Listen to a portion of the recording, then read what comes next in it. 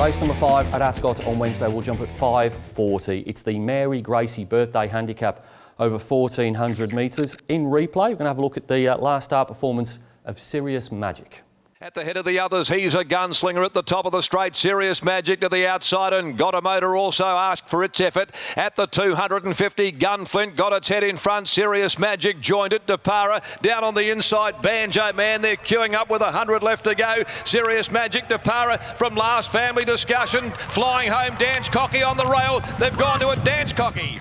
Found this a really tough race to settle on a selection. Ended up with number 2, Serious Magic. Blinkers go on for the first time with the winkers coming off. Has drawn one of the outside gates here, but my speed map has Serious Magic finding the front under Paul Harvey if he wants to get there. He's the full brother of the 2-time Group 1 champion, Vajra Magic, and I think he might control affairs here. And on breeding alone, he should be winning a Class 1 handicap. Goes on top from number 4, Money Matters. First up for Clint Johnston Porter and Anne Durant. Did win 2 starts ago in 2-year-old No Metro win grade, beating Western Eyes by just under a length, and then finished within 3 lengths of Miss Tycoon. That's reasonable form. That was over the 1,000 metres both times. 1,400 metres probably suits this horse much, much better.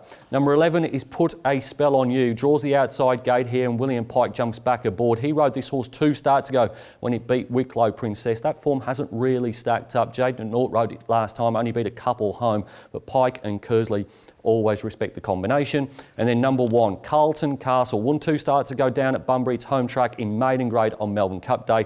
Then came to town and completed a Bruce Watkins Quinella behind Mr. Conifer. I thought that was a decent run. Third up it was. Fourth up on Wednesday. Has had 3 weeks off since that run. Gate number 1 and a claim as well, with Harry Grace taken over from Paul Harvey. Top selection in race number 5 is number 2, Serious Magic, to beat 4, Money Matters, 11, Put a Spell on You, and 1, Carlton Castle. Race number 6 at Ascot on Wednesday will jump at 6:15. It's the Amelia Park handicap over 1,800 metres. In replay, we're going to have a look at the Sky Racing WA Guineas and the run of Montalina.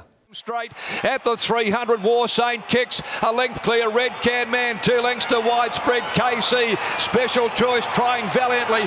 War Saint responding down to the 100 from Red Can Man. KC, she's climbing over the top of them. KC, War Saint, KC lunging. Oh boy, they hit it. They hit it. This is a big class drop for Montalina from a Group 2 to a Class 3. Now, clearly the yard thinks something of her. She had a couple of trials leading in to the Guineas. First up over 1,600 metres. I know it was a slowly run race, and she was only beaten a couple of lengths by the winner. But up to 1,800 metres here, a half-sister of Ron's Call, a listed winner. They're not mucking about McAuliffe Yard here. I think they've got a pretty good opinion of this horse. Did win on debut, beating Kelvin by 2 and a bit lengths as well. I think if she is the real deal, she should be winning this Class 3. Goes on top from number 3, Lavistar, who was a big betting drifter last time out. Ended up at $7.50, but opened up about half of those odds. Was beaten 2 and a bit lengths by Locomotive. Could improve second up here. This half have pressed the pedal in the same colours. Lavistar is the danger. Number 8, Barbie Will Do, comes out of the same race as Lavistar. Got a lot closer to Locomotive. Was only beaten 3/4 of a length. Gate number 1 here. Third up for Brett Pope and Lucy Warwick. And then number 9, a horse I'm finding it really hard to put a line on. That is Sulphur Crested. 2 wins out of his last 3, including a maiden and a Class 3. But in between that, a very disappointing run behind Locomotive when beaten nearly 7 lengths, well behind Lavistar and Barbie Will Do. Top selection in race number 6 is number 11, Montalina, to beat 3, Lavistar, 8, Barbie Will Do, and 9, Sulphur Crested. Race number 7 at Ascot on Wednesday will jump at 6:45. It is the Heineken 3 handicap over 1,200 metres.